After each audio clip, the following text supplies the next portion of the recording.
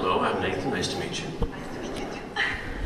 So my question is, I've heard sometime that you go to those little brunch with Josh Whedon where you read Shakespearean play. Where I do what?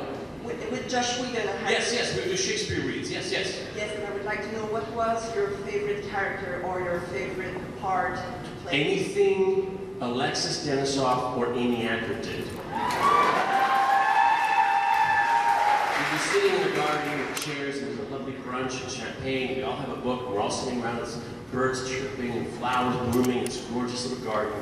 And we'd be reading this book, and then Alexis or Amy would do something, and I'd be watching them, and I'd be listening, and I'd be crying, and I'd be going, wow, this is so good. This is so good. I understand it. I understand everything. I can feel it. It's amazing. Why is nobody talking right now? What's the... It's my line. And so where are we? Right. Really wonderful experience. And Josh said, I want to film one of these one day. And I thought he meant he wanted to just kind of film us sitting around reading it. And you are? Estelle. Hi, how are you? Good, and you? Excellent, thank you for asking. I was wondering, what was one of your funniest moments on Firefly or Serenity? Funniest. Good, glad you asked. The absolute funniest.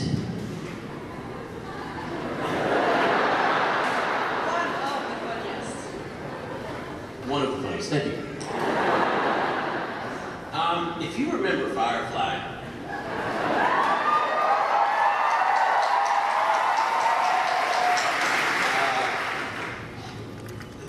I was in it a lot. And I would go from like the front where I'd be talking to Alan, and I'd go back, and I'd talk to Gina, and I'd go further, and I'd talk to Jewel, and I'd go down to the ad, and I'd be talking, so that means Alan's there for part of the morning, and then he goes home, and then Gina's there for part of the morning, and then she goes home, and people go home, I'm still there.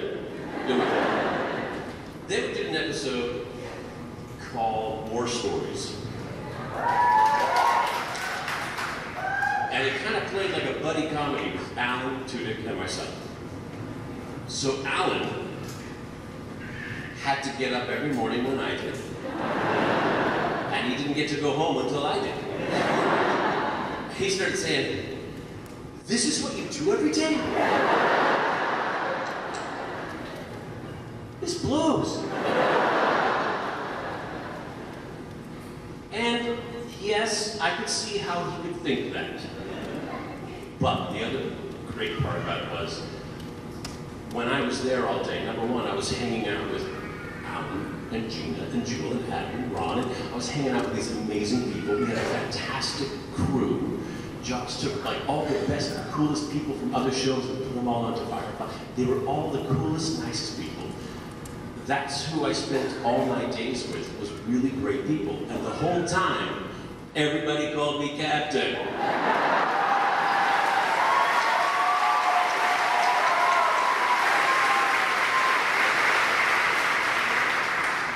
First day of Firefly, I put on my pants, suspenders, coat, boots. I stroll up on the big deck coming up, the big ramp coming up into the cargo bay. All the crew is in there and they're getting the lights together and everybody's kind of working. It's just a job. And I walk up the ramp and David Boyd, he was our director of photography, he turned around and said, Captain Mom Dick? And everybody went. And I had those moments when I went, aww, that was great.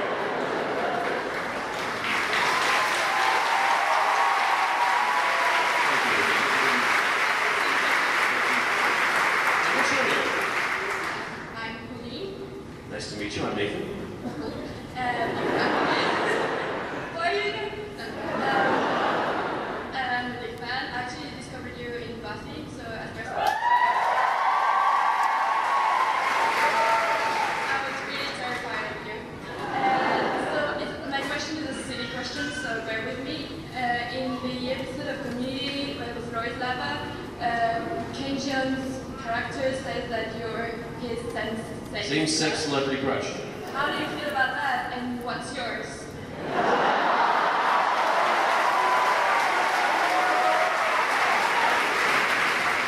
We would film Castle at a little place called Broadway Studios. It's an old studio, it's ancient and tiny, it's smallish. But right across the street is Paramount Studios. Oh, it was so beautiful. They had their own Starbucks and they had their own cafeterias. It was beautiful. It was gardens and waterfalls and like lakes and ponds. It's great. It's really beautiful. And we would go across it because they also had like a New York street. They had a couple of streets set up to make it look like New York. And we also had to go over there if we ever had to add a line or do something audio. That's our recording booths over there at Paramount as well. So we would go to Paramount all the time. Anytime I went to Paramount, I would hustle over to Community because they were right there. And I would go in and I'd just peek my head in there and go, "Hey guys, what's up? Hey, how you doing? How you doing? How you doing?"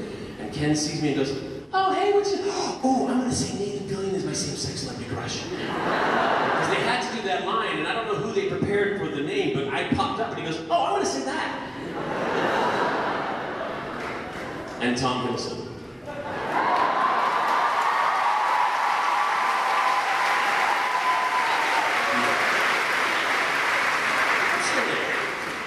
I wanted to say, first of all, I'm from Halifax. I volunteer with a group called Geeks vs. Nerds. Who wins? Well, it depends on the debate, but you were actually a part of one of our shows a few years ago. You're welcome. When J.J. Hertzler called you on the phone because people were talking trash about Serenity and comparing it to the Millennium Falcon. Oh, P.J. Hartsman, you mean? Yeah. I remember this. Yeah. So you've already been a part of our show, and if I didn't say hi from Geeks vs. Nerds, I think I would lose my volunteer position now. So hi. Mission accomplished. And I wanted to ask, you and Joss are such a great pairing. Do you have anything lined up working with Joss Whedon in the future? Here's how I approach my career-style business relationship with Joss. Whatever Joss says, I will do.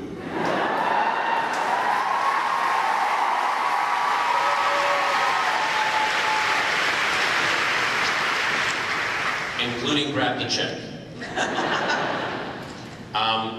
That's honestly true. Anything he says, right now I think he's a little tied up. He's got a couple of movies he's doing right now, but we still hang out, we still chat, we still email, we just, every once in a while, just text each other, "Miss you, love you." I don't know why it's a high voice. "Love you, bye." "Love you too." Whatever, yeah.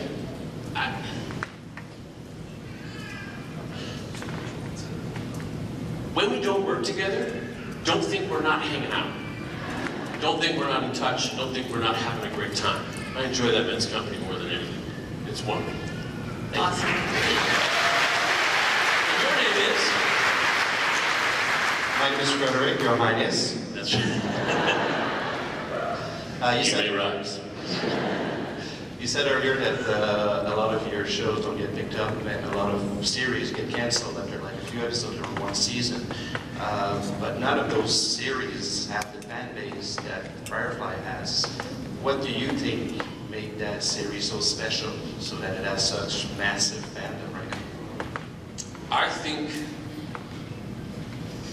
think what made Firefly great is the fact that it wasn't about space and it wasn't about terraforming planets. It was about people making choices to be together. It was about people having each other's backs. It was not about the family we were born into, it was about the family we choose. And I think that resonates with people. Am I right?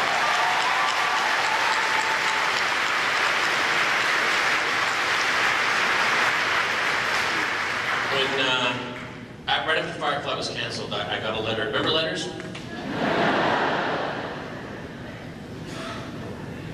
Letters are things we write on paper, with a pen, with our hand. Paper comes from trees. Remember trees? Oh wait, that's Canada. We're Canada, we're good.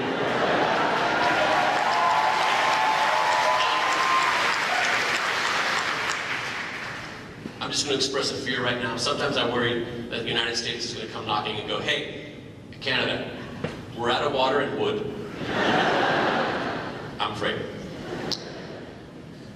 What was the question? When makes Firefly special? Right. Thank you. I received a letter. What comes next? This kid wrote to me. He was a young man. He had just turned 20, if I remember correctly. He said, I want to say how sad I am that the show got canceled, but I also want to tell you that it means a lot to me because I am the oldest child in my family. There is no father present. It's my mom and myself taking care of. I have 3 little brothers and sisters. And Firefly taught me that I need to be better to my family. And I need to keep my family together. I need to protect them. And I didn't have anyone to teach me that because I didn't have a father present. But Firefly taught me that. Right?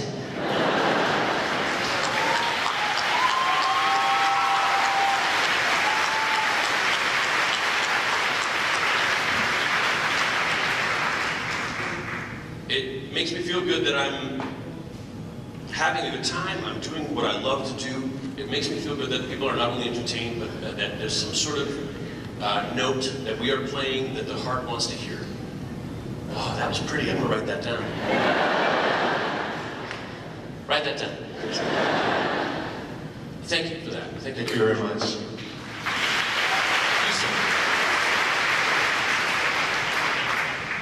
Captain? Captain. Yes. Having brought so many wonderful characters to life and beloved by the fans, and you've even gone on Twitter and said that Nathan Drake is something that you'd like to play. Is there another character or challenge as an actor that you're just burning to realize? There was an old TV show called The Greatest American Hero. And I think it's due for a reboot. And I think it would be wonderful irony if it was played by a Canadian.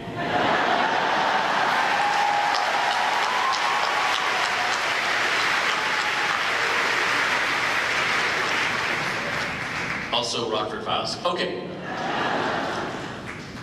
Hi, I'm Ariel. Yes, I know. I'm just kidding, I didn't know. Do you remember the episode of Big Do I? Oh my God, it was great. There was this one time. Where I think it was Leonard and Raj find you in a, a coffee shop. Oh yes. Okay. Do those situations actually happen to you? I'm assuming they do because you have one of those faces that's really memorable and you're awesome and just. And how do you deal with those situations? I would say that the more polite, calm, and collected someone is, the more comfortable I feel. If someone comes up to me and goes, "Oh, dude! Hey, dude, you that dude! That dude don't think me!" And I'm like, cutting my steak in a fancy restaurant. Most times, people think I went to high school with them.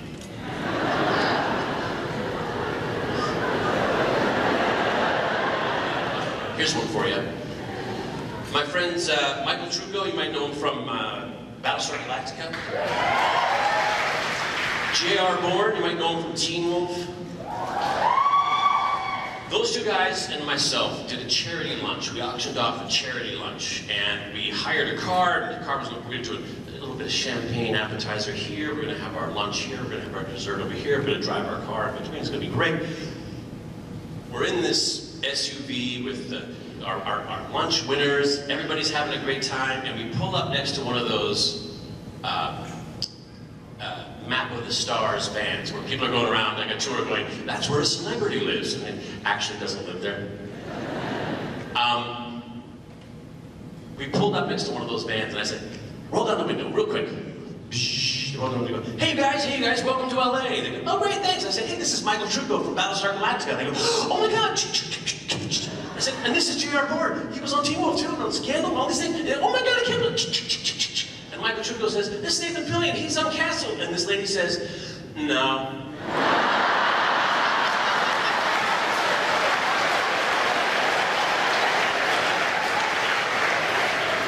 Close, but no.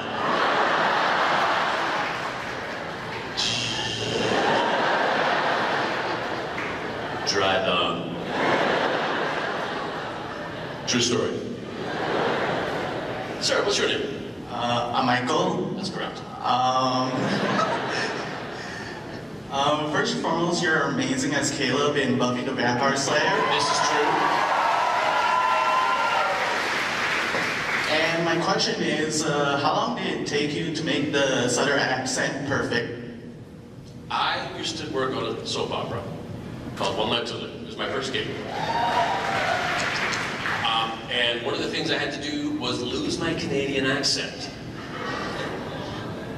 I just found out yesterday there's a word I've never worked on. Sorrow. Because I don't use it a lot. They don't say sorrow, they say sorrow. They don't say borrow, they say borrow. Right? I mean, they're sweet, aren't they?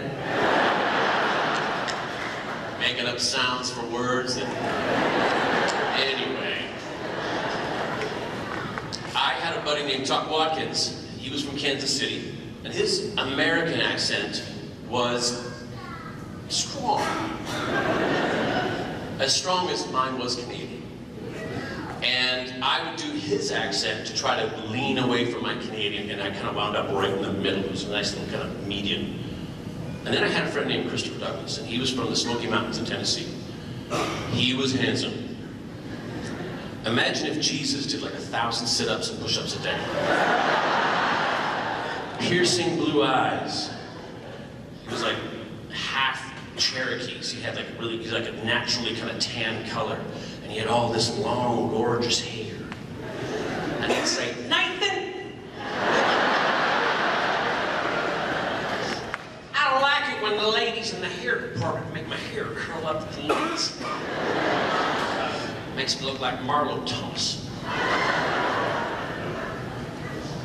How about we go get a bite after dinner? I call it second dinner. So that was my Caleb. My Caleb was actually Christopher Douglas from Smoky Mountains, Tennessee. Thank you so much.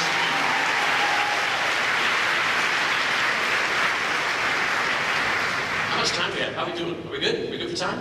We're good? We good? We're gonna keep going. It's you, right? Yeah. I met you earlier. Yeah, you did. You got those wings from a hardware store. It was a Christmas Yeah, decoration. exactly. So my mom and I had a really funny question to ask you. I'll decide if it's funny. Because you have a gorgeous smile. So were you ever able to get away with something with that smile?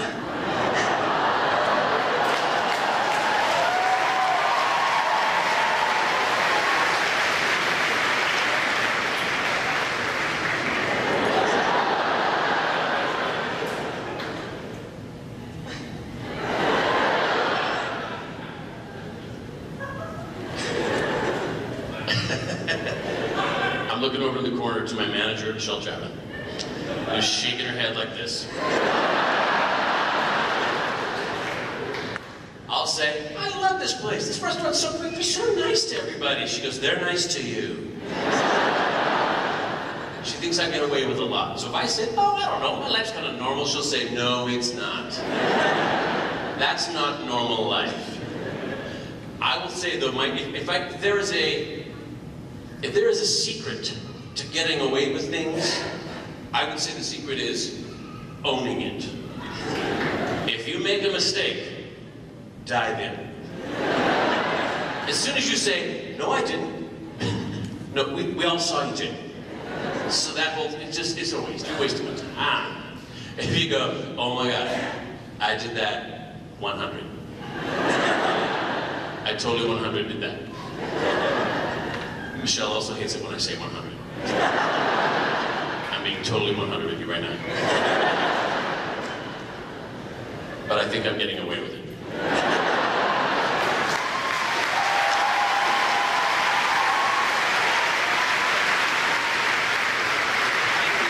Thank you. Stand up, Michelle. Now.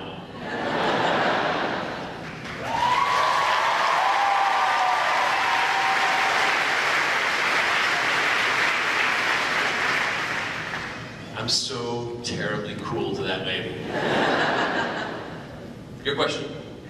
Hello. Tell me your name. Yelena. Hi. Hi, nice to see you. Yeah, thank you. Nice to see you too. Okay, I have a question, but first, I'm a German teacher. I'm from Germany, so if you want to learn your phrase in German, I'm available.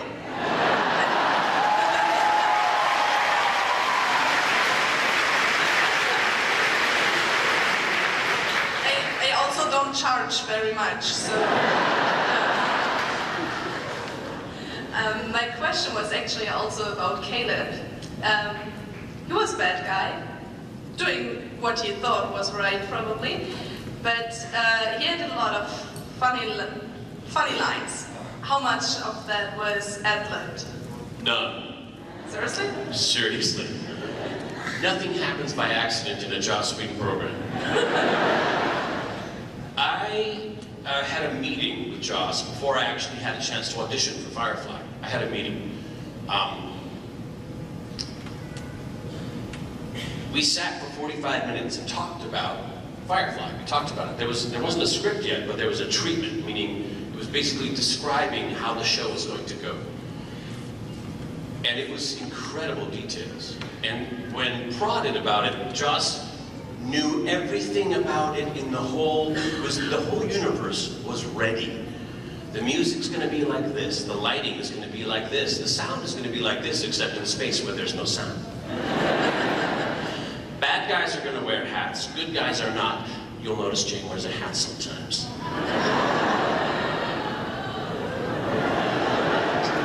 This is not news to you guys.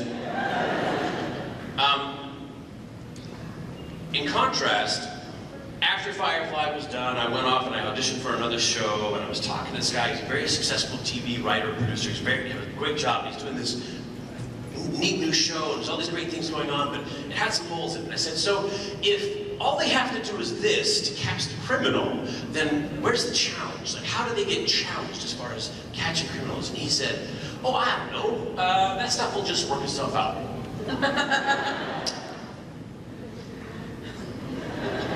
Okay. It was just very different for me. I think all of a sudden after talking to Joss, I expected everybody to be like that and have it all planned out, but not everybody does. But when Joss tells a story, he doesn't just tell a story, he lights it, he scores it, he writes the, it's poetry. Tell me Firefly wasn't poetic.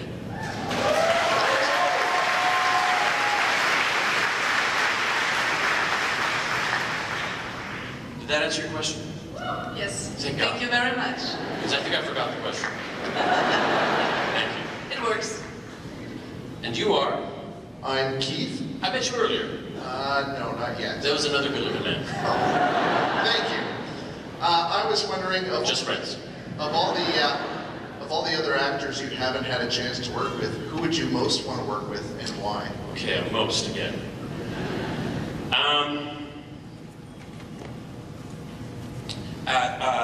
There's a ton of people in the Marvel universe I think I would just absolutely love to work with. So anybody in the event, Chris Evans, Robert Downey Jr., Jeremy Renner, Scarlett Johansson, any of those people that they plucked into the Marvel universe, I think they did a really great job. Any of those guys. Ben Affleck, and I just checked Henry Cavill off my list. I just did a little job at Henry Cavill.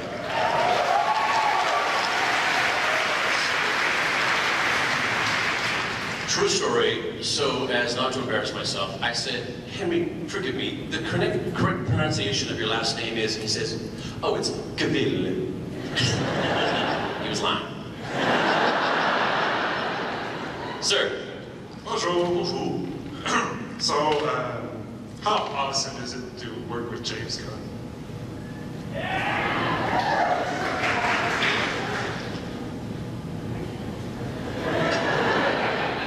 After working with James Gunn, I read scripts differently entirely.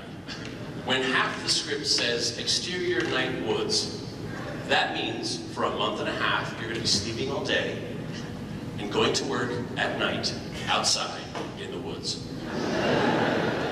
Oh, right, that makes sense now that I think about it. It was cold, wet, outside of Vancouver while we were doing that, and we were suffering. Elizabeth Banks and Michael Rooker more than anyone. Elizabeth because she didn't get to wear like polyester clothing and cotton jackets. We were warm, we could wear underwear underneath our underwear, and it was great. She wore barely any, she was freezing all the time, she's this tiny little thing. Michael Rooker had all that stuff on him for hours. There were cables running up his back, of his neck, onto his head, into that tentacle, and while that tentacle's writhing around, there's a cable rubbing the back of his neck, pulling and yanking, giving him, like, I think it was permanent neck damage. He really suffered for that film. What was great about it was we all suffered together. And there's something, I think, to be said for attacking something that's challenging and then making something that's great out of it. And I walked out of that project with a lot of really good friends. Really good friends. Cool. Thanks, man.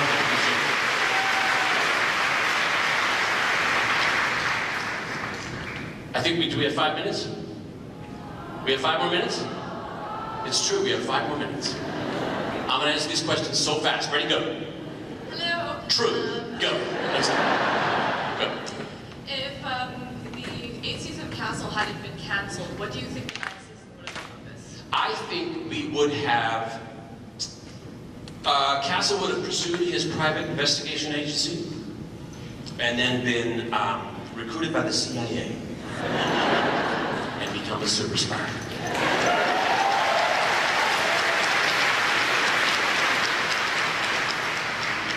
And then the whole show and the whole gang get involved in his capers and would basically be a live-action Archer.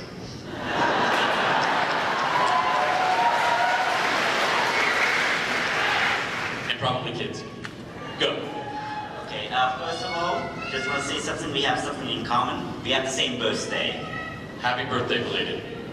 Okay, what was, okay, your most funny line in Castle? Because I'm a big fan of that.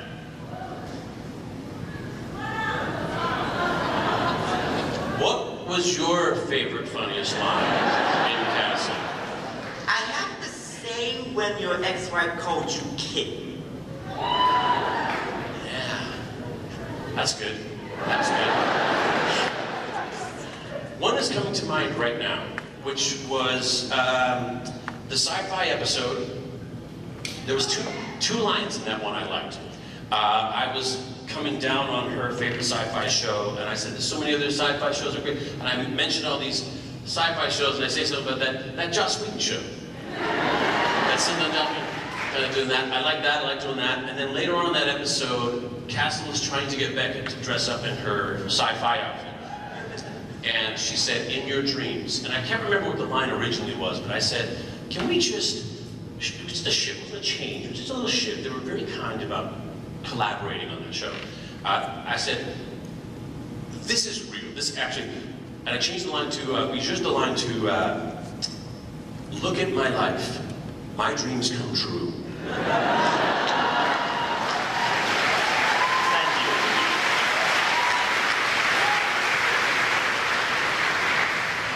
And in my heart, I was looking directly at the camera.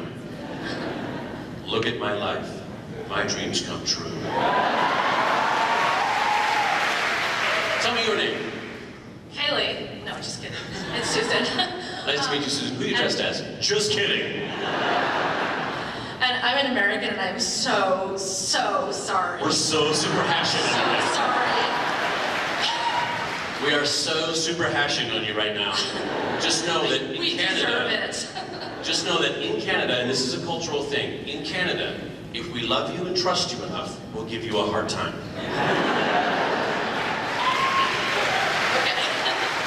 We love you.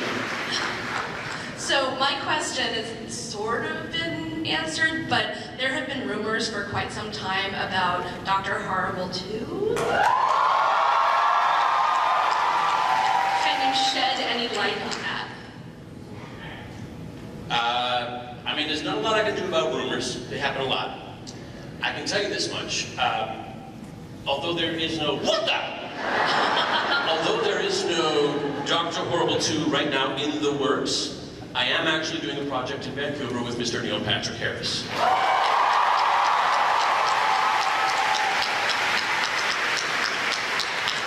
And I hope they don't mind spoiler alerts, but I came in to get him at one point, and I said this line, and it was so meaningful for me. I said, haven't we done this too many times? A hero, a villain, a dusty saloon.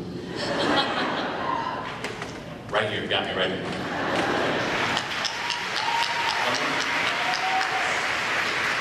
Sir. Hi. I don't know why, but I just love what you're wearing. I don't know, can't imagine. Captain. Yeah. Two very quick things.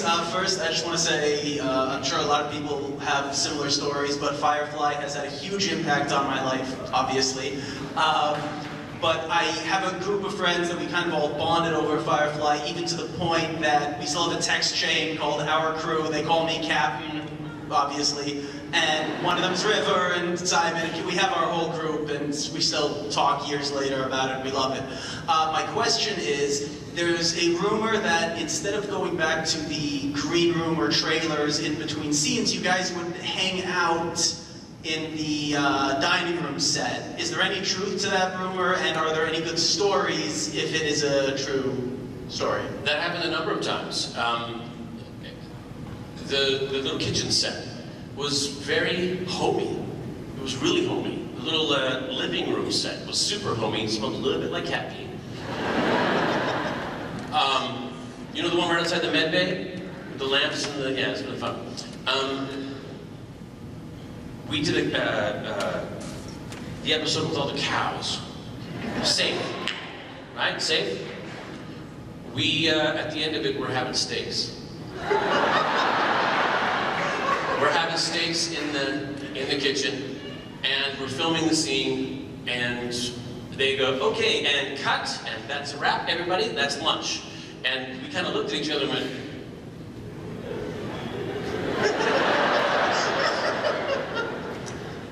good. It's been a long time. I know for a fact Adam was right there with me. We were just mowing down on those steaks. There was one or two other people. I can't remember who it was. Honestly, I can't. Oh my God, it's happening. I'm forgetting. It was gonna happen, guys. It was gonna happen. I'm surprised I pulled out the title of that episode. That's it. Let me say this. We love you. It means a lot to me, guys, to come to a city that I don't live in a country that I'm from. And I see a lot of familiar faces.